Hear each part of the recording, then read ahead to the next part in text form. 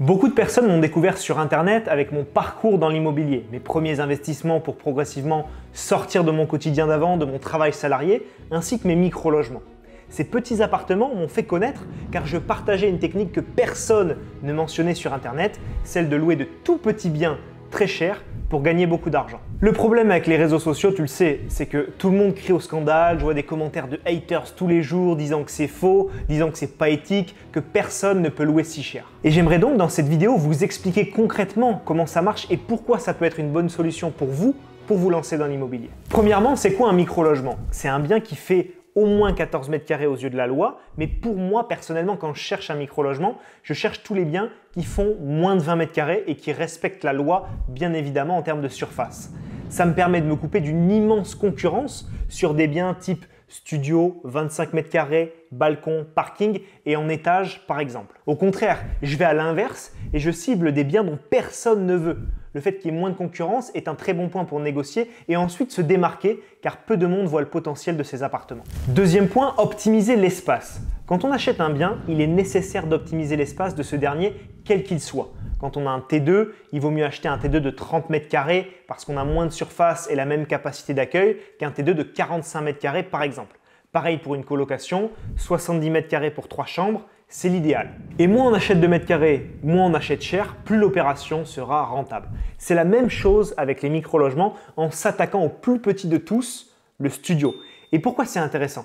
Parce que c'est le premier ticket d'entrée à mettre pour être propriétaire et que son prix est abordable pour tous pour débuter. Mais acheter un studio pas cher, petit, ok, mais le mieux c'est que derrière ce soit rentable et que ça nous mette sur la voie d'autres logements grâce au rendement qu'on en tire. C'est exactement ce qui s'est passé pour moi et donc je veux vous en faire part dans cette vidéo. Je vous prends maintenant un exemple personnel, un appartement de 15 mètres carrés sur lequel j'ai un crédit tout compris de 70 000 €, 400 € de mensualité de crédit et région toulousaine. Ce bien en location nue, il me rapporterait 0 €.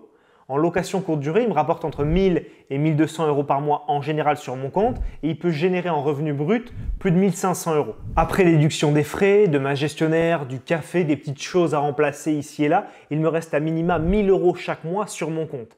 Après, bien sûr, je paye mes charges, que ce soit charges de copro, comptable, taxes foncières, assurance, électricité, et ça reste extrêmement rentable au vu du prix du bien et donc du crédit. C'est également très bien au vu de mon endettement bancaire qui est généré, qui est très faible au vu du revenu qu'il y a en face. Si on fait une petite parenthèse au niveau de l'endettement bancaire, trop de personnes le négligent et se disent qu'ils vont pouvoir enchaîner et continuer rapidement avec un immeuble de rapport par exemple. Sauf que si ce n'est pas assez rentable, souvent c'est fini. Aucune banque ne va vouloir suivre sur d'autres projets si tu es endetté à 40%. Au revoir, merci. Avec les micro-logements, ce n'est pas du tout le cas. Petit endettement généré et gros rendement à la fin. Petite parenthèse, location courte durée maintenant. Oui, on peut louer toute l'année, même s'il y a de nouvelles restrictions pour certaines villes. Dans la plupart des cas, on peut louer à 100% du temps et donc c'est donc très rentable. Et même en location classique, c'est bien plus intéressant pour ceux qui ne veulent pas faire de la courte durée. J'ai un exemple encore récent sur la région toulousaine avec un ami qui a choisi de mettre son micro-logement en location longue durée. Il loue 15 mètres carrés à 780 € par mois. Et non, c'est pas du vol comme on peut le voir sur les réseaux sociaux ou les médias.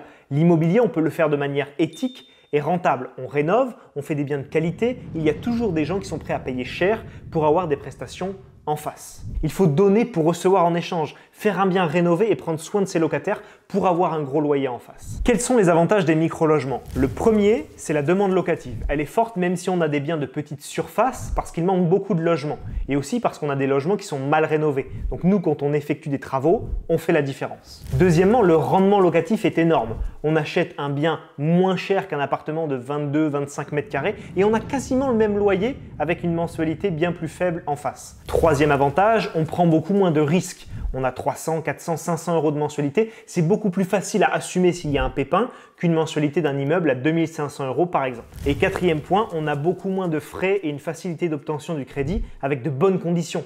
Moins de frais d'agence, moins de frais de dossier, moins de frais de notaire et plus facile d'avoir de bonnes conditions comme le 25 ans, le sans apport et le différé. Aujourd'hui, selon moi, c'est le meilleur ratio montant investi versus cash flow généré, c'est imbattable. En conclusion, le micro-logement, ce n'est pas le seul investissement à faire dans sa vie. Ce n'est pas l'objet de cette vidéo en vous disant cette méthode, elle est mieux que toutes les autres. C'est simplement de vous montrer comment on peut se lancer, même avec peu d'argent et peu de capacité d'emprunt, sur un projet très rentable. N'oubliez pas que le premier investissement que vous faites, c'est votre CV aux yeux de la banque. Et c'est ça qui va donner la suite à votre carrière d'investisseur immobilier. Si ce n'est pas rentable et que vous êtes à l'endettement max, c'est fini, l'immobilier, vous pouvez oublier. Au contraire, si vous faites forte impression dès votre premier investissement, vous augmentez grandement vos chances de continuer à investir dans le futur. Pour en savoir plus sur cette méthode des micro-logements, j'ai créé une vidéo bien plus complète et détaillée. Vous aurez un lien pour y accéder directement en description de la vidéo. On se voit tous les deux de l'autre côté dans votre vidéo privée. C'était Rémi, à très vite.